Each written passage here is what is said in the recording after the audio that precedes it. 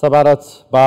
ڕێکەوتن و ئاگربەستی کاتی نێوان ئیسرائیل و حەماس بە نێوەندگیری قەتەر گفتوگۆکەین لەگەڵ بەڕێز ئەحمەد یاسری پسپۆڕی پەیوەندیە نێودەوڵەتیەکان لە سیدنی ئوسترالیاوە لەگەڵماندا. بەڕێز ئەحمەد سڵاوتان لێ بێتەوە، کاتتان باش. پێتان وایە ئەم ئاگربەستە دەتوانێت چی لە دۆخی جەنگ بگۆڕێ؟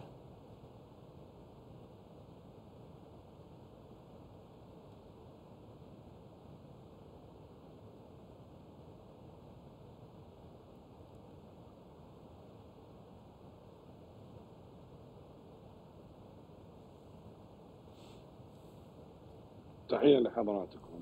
أعتقد أنه سڵاوتان لێبێت، باوەڕم وایە ئەو گۆڕانکاریانەی کەوە لە واقعی شەڕەکەدا ڕوویداوە لە ڕێگەی ئەم ڕێککەوتنەوە، بێگومان ئەمە هەوڵێکە بۆ کردنەوەی ڕێڕەوی مرۆیی بۆ دانیشتوانی ئەو ناوچەیە بە تایبەتی لەسەر ئاستی حەماس کە هەوڵ دەدرێ کارێکی وا بکرێت. بێگومان ئەمە دەگوترێت کەوە ئۆپەراسیۆنەکانی 7 ئۆکتۆبەر بۆتە هۆی ئەوەی کەوە ئیسرائیل لە ڕووی سیاسیەوە بە ئامانجەکانی خۆی گەیشتووە و هەروەها ئیسرائیل دەیەوێت لەم پرسە دڵنیا بێت و بە تایبەتی وڵاتانی ئەمریکا و ئەوروپا فشاریان خست بۆ سەر ئەوەی کە پێویستە ئاگربەستێک ڕابگەێنێت یاخود سەرجەمە ئۆپەراسیۆنانەی کەوە دەکرێ پێویستە ڕابگیرێن و بە هەمان شێوە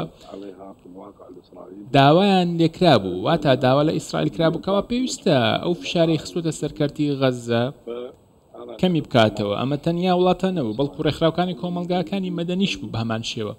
بۆیە حەماس و ئیسرائیل ئێستا لەم ڕێکەوتنە هەردووکیان گەیشتونەتە ئامانجی خۆیان. بەڵێ، ئامانجی ئیسرائیل چیە و ئامانجی حەماس چیە کە پێی گەشتون؟ تەنها ئازادکردنی دیلەکانە. ئەگەر ئازادکردنی دیلەکان و گۆڕینەوەی دیلەکان ئەم کوشتارەیان بۆ کرد لە هەردوو لە ئەم ماڵوێرانیان بۆ کرد بەسەر یەکتریە.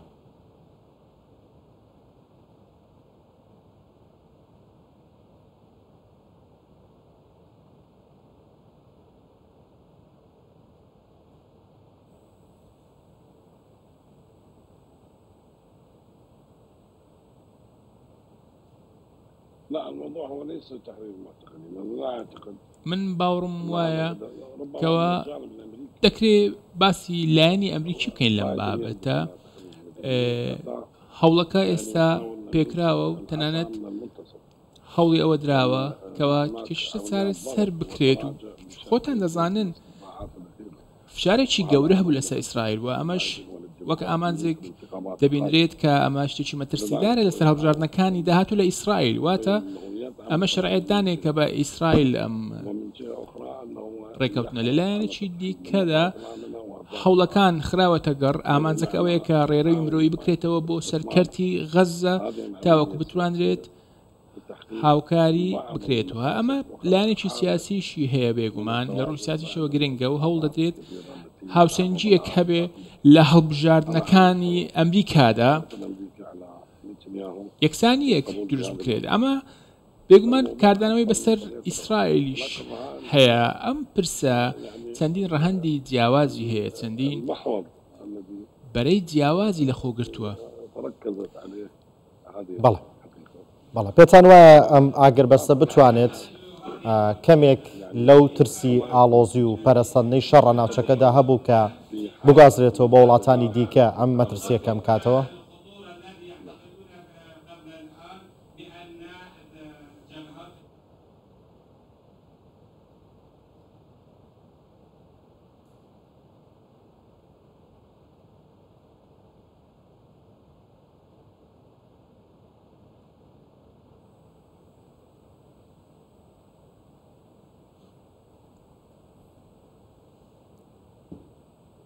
ممكن أن تقلل الضغط. لەوانەیە ئەمە بێتە هۆی ئەوەی کەمبوونەوەی فشارەکان، بەڵام باوەڕم وایە ئەم ئاگربەستە لەوانەیە بچوو بکرێتەوە و ئەمە کاردانەوەیەکی ئەرێنی نابێ بەسەر بەردەوامبوونی شەڕەکە بێگومان.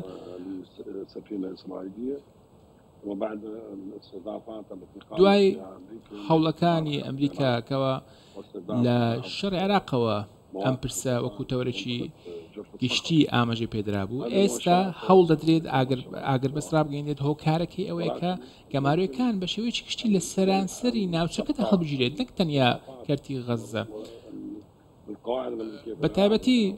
بنکەکانی عێراق کە ئێستا لە بنکەکانی ئەمریکا لە عێراق ڕوبەڕووی هێرش بوونێتەوە ئەمەش دەبێت هۆی ئەوەی کە هێرشەکان کەم بێتەوە واتە ئەمە چەندین ئامانجی چەندین لایەنی هەیە ئەوەی کەوە ڕوویدا هەوڵی حوچیەکان کەوا پێشتر تێکەڵی نێو شەڕەکە بوو بێگومان ئەمە هەنگاوێکی استراتیژی بوو بەڵام ئەمە پەیوەندی بە کەرتی شەڕەکانی کەرتی غەزەوە هەبوو واتە پەیوەندی بە ئۆپەراسیۆنەکەەوە هەبوو بۆیە فراوانبوونی ئەو گرژیانەی کەوا لەو ناوچەیە هۆکاری هاتنە نێو شەڕەکەیە کە لایەن حوچیەکانەوە هێرشیان کردووە سەر کەشتێکی ئیسرائیلی واتە ئەمە ڕەهەندێکی جیاواز بوو هۆکارێک بوو ئەوەی زیاتر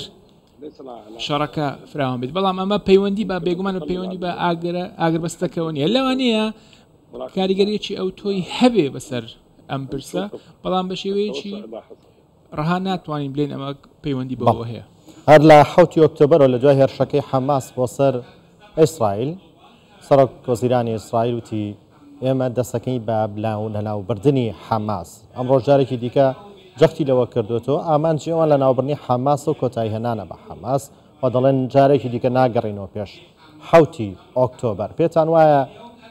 ئەوەی ئیسرائیل ئێستا بەشێکی زۆر لە بارەمتەکانی بۆ بگەڕێتەوە دەستکراوەتر نابێت هێرشکردنە سەر غەزەوە ئەوەی دەیەوێت لە غەزە بەدەستی بێنێ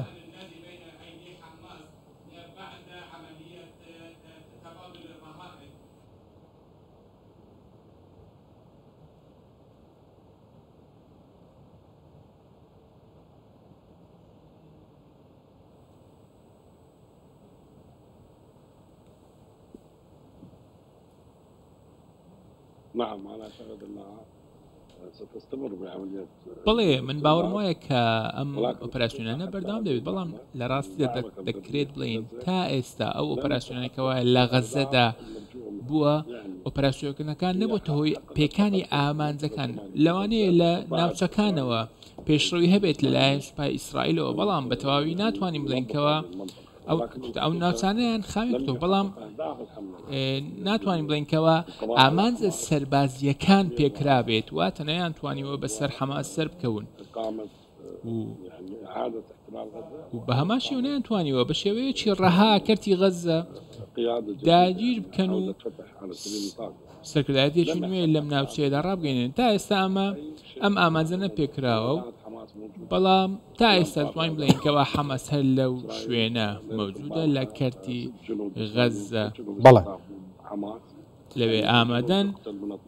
بە هەمان شێوە کوشتارەکە لەلایەن هەردوو لایەنەوە بەردەوامە واتە سەربازانی ئیسرائیلیش دەکوژێن و